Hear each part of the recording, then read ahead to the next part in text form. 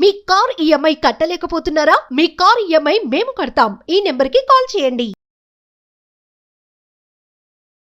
నమస్తే, welcome to Suman TV. నేను మీ ప్రేమ్. ఇవాళ మనతో ఉన్నారు తోడు నీడ ఫౌండేషన్ ఫౌండర్ రాజేశ్వరి గారు, లైఫ్ కోచ్. ఎన్నో జీవితాలను మార్చి ఇవాళ మన ముందు ఉన్నారు. అమ్మగారితో మాట్లాడి కొన్ని విషయాలు తెలుసుకుందాం. నమస్తే. నమస్తే ప్రేమ్. ప్రతి ఆడపిల్లకి తల్లితో కన్నా తండ్రితో ఎక్కువ అటాచ్మెంట్ ఉంటుంది. మీ లైఫ్లో ఎంతవరకు ఉందమ్మా అసలు? నిజం, అది సాధారణంగా ఎందుకో తెలీదు. తల్లి అంటే కొడుకు అటాచ్మెంట్ ఎక్కువ ఉంటుంది, కూతురు అంటే తండ్రికి అటాచ్మెంట్ ఎక్కువ ఉంటుంది. ఎందుకో తెలియదు కానీ ఆ అటాచ్మెంట్ అలాగే ఉంటుంది. ఇక మా నాన్నగారి విషయం వస్తే, అంటే ప్రతి తండ్రి వాళ్ళ పిల్లలకి చాలా అద్భుతమైన వ్యక్తిగానే కనపడతారు. అలాగే నా తండ్రి కూడా నాకు అద్భుతమైన వ్యక్తిగానే కనపడతాడు. నాకు 30 సంవత్సరాల వయసులో నేను పిల్లలతో వచ్చేసినప్పుడు ఆ రోజుల్లో విడాకులు చాలా తక్కువ. అలాగే పిల్లలు పుట్టింటికి రావడం కూడా చాలా తక్కువ. అంటే అప్పట్లో ఈ బాల్య వివాహాలు చేసినప్పుడు కష్టమైన నిష్ఠురమైన నువ్వు నీ భర్తతోటే ఉండాలి, నీ అత్తవారితోటే ఉండాలి తప్ప వెనక్కి తిరిగి రాకూడదు అని వస్తే సమాజం ప్రశ్నిస్తుంది అని సమాజానికి భయపడే రోజులు అవి. అటువంటి రోజుల్లో కూడా మా నాన్నగారు నాకు ఒక సెక్యూరిటీ ఇచ్చారు. నీ పిల్లలతో నువ్వు వచ్చి, నీ పిల్లల బాధ్యత నాది, నీ పిల్లల చదువులు సంధ్యలు పెళ్ళిళ్ళు అన్ని బాధ్యతలు నేను పడతాను, ఆ నరకంలో నువ్వు ఉండద్దు, వచ్చేసేయని నాకు ఎంతో సపోర్ట్ చేశారు. సరే, మా పరిస్థితుల వల్ల నేను వెనక్కి రావాల్సి వచ్చింది.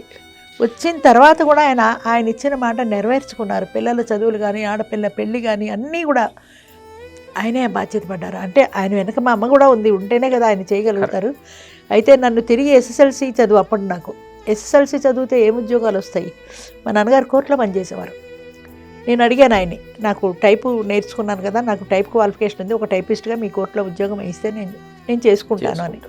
అంటే ఆయన ఏం చెప్పారంటే, అంత చిన్న ఉద్యోగంలో నిన్ను చూడడం ఇష్టం లేదు, నువ్వు ఒక ఉన్నతమైన ఉద్యోగం చేసుకోవాలి, నువ్వు ఇంతకంటే బాగా చదువుకో, నేను చదివిస్తాను, నీ పిల్లల బాధ్యత మేము చూసుకుంటాం, నువ్వు చదువుకో అని నన్ను చదువుకి ప్రోత్సహించారు. ఆ రోజుల్లో ఆడపిల్లలకి చదువులు కూడా లేవు.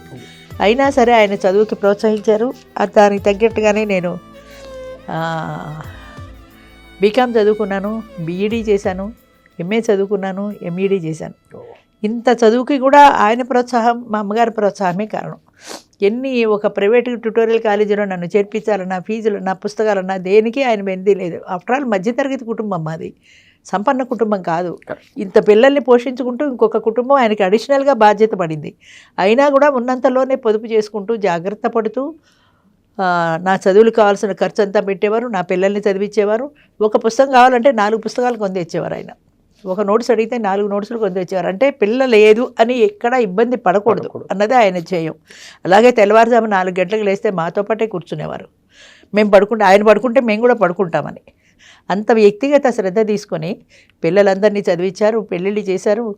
తర్వాత నేను చదువుకునే టైంలో బీకామ్ అనేది కరస్పాండెన్స్ కోర్స్ చేశాను ప్రైవేట్గా. బీఈడీ అనేది కాలేజీకి వెళ్ళి చదవాలి. ఆ రోజుల్లో బీఈడీ కాలేజీ, ఎంఏడీ కూడా కాలేజీలోనే చదవాలి. ఆ కాలేజీలో చదివేటప్పుడు ఏమో నాలో కొన్ని లీడర్షిప్ క్వాలిటీస్ ఉన్నాయేమో నాకు కూడా తెలియదు. అందులో నేను ఏదో ఉమెన్ సెక్రటరీగా ఏదో చేశాను. మా నాన్నగారు ఏమంటారో అని ఆయన అడిగినప్పుడు ఇలా చేయమంటున్నారు అంటే ఆయన నన్ను ఎంకరేజ్ చేశారు. బీఈడీలో చేశాను, ఎంఈడీలో చేశాను. తర్వాత ఒక టీచర్ ఉద్యోగం సంపాదించుకున్న తర్వాత బీఈడీ టీచర్స్ అసోసియేషన్ అని ఉండేది, అందులో కూడా నేను ఉమెన్ ప్రెసిడెంట్గా చేశాను. స్వామిరెడ్డి గారు దానికి ప్రెసిడెంటు, నేను ఉమెన్ ప్రెసిడెంటు. ఇలా ఇన్ని రంగాలలో కూడా నా అభివృద్ధిని ఆయన ప్రోత్సహించారే కానీ ఆడపిల్లవి నీకెందుకు ఇంట్లో కూర్చోమని ఎప్పుడూ చెప్పలేదు నాకు. అంటే సహజంగా ఆడపిల్లలకి ఇవన్నీ ఎందుకు అన్న ధోరణి ఉండే సమాజం అది. అంచేత అవన్నీ వద్దు, నువ్వు చదివేదో చూసుకోమని ఎప్పుడు అనలా. ఏ పని చేసినా సరే, నేను ప్రెసిడెంట్ అవని, సెక్రటరీ అవని, దేనికి అవని ఆయన అన్ని రంగాల్లో నన్ను ప్రోత్సహించారు. అది చాలా మెచ్చుకోదగ్గ విషయం. ఎందుకంటే సమాజానికి భయపడే రోజుల్లో ఆయన ఒక ఆడపిల్లని ఇంత ధైర్యంగా చేయడం అంటే చాలా విశేషమైన విషయం. అలాగే అన్ని రంగాల్లో ఆయన పెంచడమే కాకుండా నా పిల్లలు కూడా మంచిగా వాళ్ళు పెరగాలి, మంచి ఉద్యోగాలు చేసుకోవాలి. వాళ్ళకి ఒకటే చెప్పారు, బాబు నేను పెద్దగా చదువుకోలేదు, అంచేత నాకు చదువుల గురించి పెద్దగా తెలియదు, మీరు ఏదైనా చదువుకోండి, ఎక్కడైనా చదువుకోండి, నేను మీకు కావాల్సిన ఫీజులు కట్టడం వరకే నా బాధ్యత, మీరు ఏదైనా చదువుకోండి అన్నారు. మా పెద్ద అబ్బాయి PhD చేశాడు, ఢిల్లీలో యూనివర్సిటీలో పనిచేస్తున్నాడు. మా రెండో అబ్బాయి ఇంజనీర్ చేశాడు. వాళ్ళ చదువులకి ఎప్పుడూ అభ్యంతరం పెట్టలేదు. అట్లాగే మా అమ్మాయి కూడా 18 ఏళ్ళకే దానికి వివాహం చేసేశారు. 18 ఏళ్ళు రావాలన్నారు కాబట్టి 18 ఏళ్ళు ఆగారు. అంటే ఒక బాధ్యత అయిపోతుంది ఆడపిల్లది అనే ఉద్దేశంలో దానికి వివాహం కూడా చేసేశారు. ఆ వివాహం చేసినప్పుడు వాళ్ళు అడిగారు మా అమ్మని, అంటే ఇప్పుడు ఆడపిల్ల పెళ్ళి అంటే కన్యాప్రదాతలుగా పిల్ల తల్లిదండ్రులు కూర్చొని కన్యాదానం చేస్తారు, అది మన సాంప్రదాయం. మరి మీ అమ్మాయి ఒక్కతే ఉంది కదా, కన్యాదానం ఎవరు చేస్తారు అని అడిగారు మా అమ్మగారిని. ఈరోజు చెప్తున్నా నేను. అంటే మా అమ్మగారు అన్నారు, రాముడి కాలంలో రాముడు ఆయన యజ్ఞాలు యాగాలు చేసినప్పుడు ఒక బంగారు సీతని పక్కన పెట్టుకొని చేశాడు. బంగారు సీతను పెట్టుకొని యాగం చేశాడు కదా ఆయన. ఈ కాలంలో భార్య లేకపోతే, అంటే భార్యకి ఇతరత్ర ఏదైనా ఇబ్బంది వచ్చి పీటల మీద కూర్చునే అవకాశం లేకపోయినా ఆవిడ జాకెట్ ఏదో బొడ్లో దుప్పుకొని పురుషుడు కన్యాదానం చేసేటువంటి, కన్యాదానం కానీ ఏ కార్యక్రమం అయినా సరే పీట మీద కూర్చుంటే భార్య లేకపోతే ఆవిడ జాకెట్ ఆవిడ ధరించే వస్త్రం ఒకటి దగ్గర పెట్టుకొని చేయొచ్చు. అవకాశం పురుషుడికి ఇచ్చారు. అదే కనుక స్త్రీకి ఇచ్చినట్టయితే నా కూతురు ఏ పనినో పక్కన పెట్టుకొని మగాడు చొక్కానో పక్కన పెట్టుకొని చేసేది. దానికి సమాజం ఇవ్వలేదు. అలా ఇస్తే నా కూతురుతోటే నేను చేయించేదాన్ని. ఎందుకంటే ఈ కార్యక్రమం అది మిస్ అవ్వడం నాకు ఇష్టం లేదు. అంచేత దానికి అవకాశం లేదు కాబట్టి నేను వేరే చేస్తున్నాను అని చెప్పింది ఆవిడ. మగపెళ్లి వారితో అంత మాట ఒక ఆడది మాట్లాడడం అంటే ఎంత సాహసం అది. ఏదో 30 ఏళ్ల కిందట, 35 ఏళ్ల కిందట సంగతి ఇది. సో అది వాళ్ళు కూడా యాక్సెప్ట్ చేశారు. సరే పెళ్లి చేశారు, అది వేరే విషయం. మా చెల్లెలు మా మరిది కూర్చున్నారు, పెళ్లి చేశారు. కానీ ఈ విషయాన్ని ఆవిడ ఎంత క్లియర్గా, ఎంత అర్థమయ్యేలా చెప్పింది. సీతాదేవి కాలంలో రాముల వారు అలా చేశాడు, లేటెస్ట్ ట్రెండ్ కలికాలంలో ఏమో ఇలాగ ఆడది లేకపోయినా దాని వస్త్రం పెట్టుకొని చేయమన్నారు. ఆడదానికి అవకాశం ఎందుకు ఇవ్వలేదు? అదే ఇచ్చినట్టయితే నా కూతురే చేసేది అని.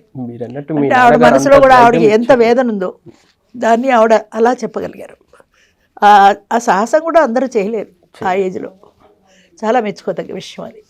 మీరు అన్నట్టు మీ నాన్నగారు అంత ధైర్యం ఇచ్చారు మేడం. అవును, లేకపోతే ఒక ఆడమ అంత ధైర్యంగా మగ పెళ్లి వారితో అలా చెప్పగలిగిందంటే బాబాయ్ మనకెందుకు ఇలాంటి వాళ్ళతో గొడవ అని వాళ్ళు అనుకుంటారని కూడా లేకుండా ధైర్యంగా చెప్పగలిగింది ఆవిడ. ఈ కాలం తల్లిదండ్రులకి, పిల్లలకి, తండ్రికి మీరు ఇచ్చే సలహా ఏంటి మేడం? వాళ్ళ పిల్లలు అంటే వాళ్ళ ఆడపిల్లల్ని ఎలా చూసుకోవాలంటారు? వాళ్ళతో టైం ఎంతవరకు స్పెండ్ చేయమంటారు? సాధారణంగా తండ్రి, ముఖ్యంగా ఆడపిల్లల సంబంధం చాలా దాన్ని ఏమంటారు, చాలా సున్నితమైంది, చాలా ఎమోషనల్ కూడా అది. వాళ్ళిద్దరూ బాండింగ్ కూడా చాలా ఎక్కువ ఉంటుంది. అలాంటప్పుడు పిల్లల్ని క్రమశిక్షణతో పెంచాలి. ఎంత ప్రేమగా పెంచినా, మా నాన్నగారు మా కోరికలు ఎన్ని తీర్చినా క్రమశిక్షణ విషయంలో తేడా వస్తే ఆయన ఒప్పుకునేవారు కాదు. అంటే అది ఎట్టి పరిస్థితుల్లో రావాలి అంటే ఆ టైంకి రావాల్సిందే. ఇప్పుడు నేను స్కూల్లో ఉద్యోగం చేసేటప్పుడు కూడా 4:30కి స్కూల్ తిరిగితే 5 గంటలకు నేను ఇంట్లో ఉండాలి. సిటీ బస్ మా గుమ్మంలోనే ఆగుతుంది, అక్కడే బస్ స్టాప్. ఆయన పచారు చేస్తూ ఉండేవారు, సింహం తిరుగుతున్నట్టు ఇంట్లో. ఇంకా 5 అయింది, అమ్మాయి రాలేదు, ఏమైపోయిందో, ఆడపిల్ల, వయసు వచ్చిన పిల్ల కదా, అంచేత ఆ భయం ఉంటుంది, ఆ జాగ్రత్త కూడా ఉంటుంది. అంచేత ఈ రోజుల్లో కూడా అలాగే ఆడపిల్లని పెంచే తల్లిదండ్రులు ముఖ్యంగా ఆ జాగ్రత్తను వహించాలి. పర్సనల్ కేర్ తీసుకోవాలి.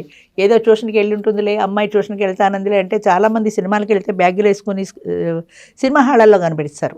ప్రైవేట్ క్లాస్ అనో ట్యూషన్, తెలిసి తెలియని వయసులో వాళ్ళు అబద్ధం చెప్తే మనం చూసుకోవాల్సిన బాధ్యత మనదే. అంచేత వాళ్ళు సినిమాకి వెళ్తున్నారా, షికార్కి వెళ్తున్నారా, ఫ్రెండ్స్తో పెడుతున్నారా, ఇవన్నీ గమనించుకోవాలి. అది మనం ప్రత్యేక శ్రద్ధ తీసుకుంటేనే, వాళ్ళకి అంత టైం పెట్టగలిగితేనే సాధ్యమవుతుంది. నేను ట్యూషన్కి వెళ్తున్నానమ్మా అని పిల్ల వెళ్ళిపోతే మనం వెళ్ళిందిలే అని అనుకోకూడదు, అది నిజంగా ట్యూషన్కి వెళ్ళిందా లేదా. అలాగే స్నేహితుల్ని చూసి వీళ్ళు ఎటువంటి వాళ్ళో చెప్పచ్చు అంటారు మన పూర్వీకులు. అంచేత ఆ అమ్మాయి స్నేహితులతో కలిసి సినిమాకి వెళ్తుందేమో అనే సంగతి మనకి తెలియాలి. అదేదో నిన్ననే ఎక్కడో చూశాను, గోకుల్ చాట్ దగ్గర ఎక్కడో ఏదో సినిమాలో ఆ అమ్మాయి పెడతానంటే తండ్రి వద్దంటాడు. గోకుల్ చాట్కి వెళ్తానంటే అమ్మాయి గొడవ చేస్తుంది, నేను మా ఫ్రెండ్స్తో కలిసి చాట్ తినాలందంటే, నీకు చాట్ నేను ఇంటికి తెప్పిస్తా తినంటే, కాదు నేను మా ఫ్రెండ్స్తో వెళ్తానంటే తల్లి ఏదో భర్తని సవరదీసి సరే అమ్మ నువ్వు వెళ్ళని పంపిస్తుంది. పిల్ల వెళ్ళింది, గోకుల్ చాట్ తింటోంది, బాంబు పేలింది, పిల్ల చనిపోయింది. అది ఊహించలేదు ఎవరు. కానీ తండ్రి మాట వినుంటే ఆ అమ్మాయికి ఆ ప్రమాదం వచ్చి ఉండేది కాదు కదా. అంచేత పిల్లల్ని పెంచే ప్రతి వాళ్ళు కూడా ఆ ఎమోషనల్ బాండింగ్తో పాటుగా ఒక డిసిప్లిన్డ్గా పెంచాలి, ఒక పద్ధతిగా. అంటే ఈ పద్ధతి ప్రకారమే పిల్లలు పెరగాలి, ఈ టైంకి రా అంటే రావాలి, నేను పిక్నిక్కి వెళ్తా అంటే వద్దు అంటే మానేయగలగాలి. పిల్ల సరదా పడుతుంది అని మనం చేస్తే పిక్నిక్ వెళ్ళాక ఎక్కడ ఏం జరుగుతుందో మనం చెప్పలేం కదా, రోజులు అలా ఉన్నాయి. అందుకని తల్లిదండ్రులు పిల్లల పట్ల ప్రత్యేక శ్రద్ధ, ప్రత్యేకమైన క్రమశిక్షణ పెట్టినప్పుడు మాత్రమే పిల్లలు సరైన మార్గంలో పెడతారు. వాళ్ళ వయసులో తెలియక వాళ్ళు పక్కదారి పడుతున్నా మనం క్రమశిక్షణతో పెట్టగలగాలి.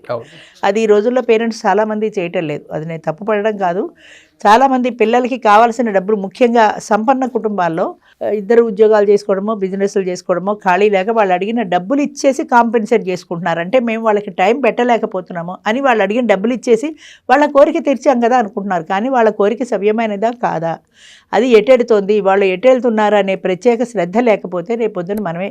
ఇప్పుడు చూడండి, ఎంతోమందిని అరెస్ట్ చేస్తూ ఉంటారు డ్రైవింగ్ లైసెన్స్ లేకుండా, 18 ఏళ్ళు రాకుండా డ్రైవ్ చేస్తున్న పిల్లలు. వాడికి కారు తాళాలు మీరిస్తే తప్ప ఎలా వస్తాయి?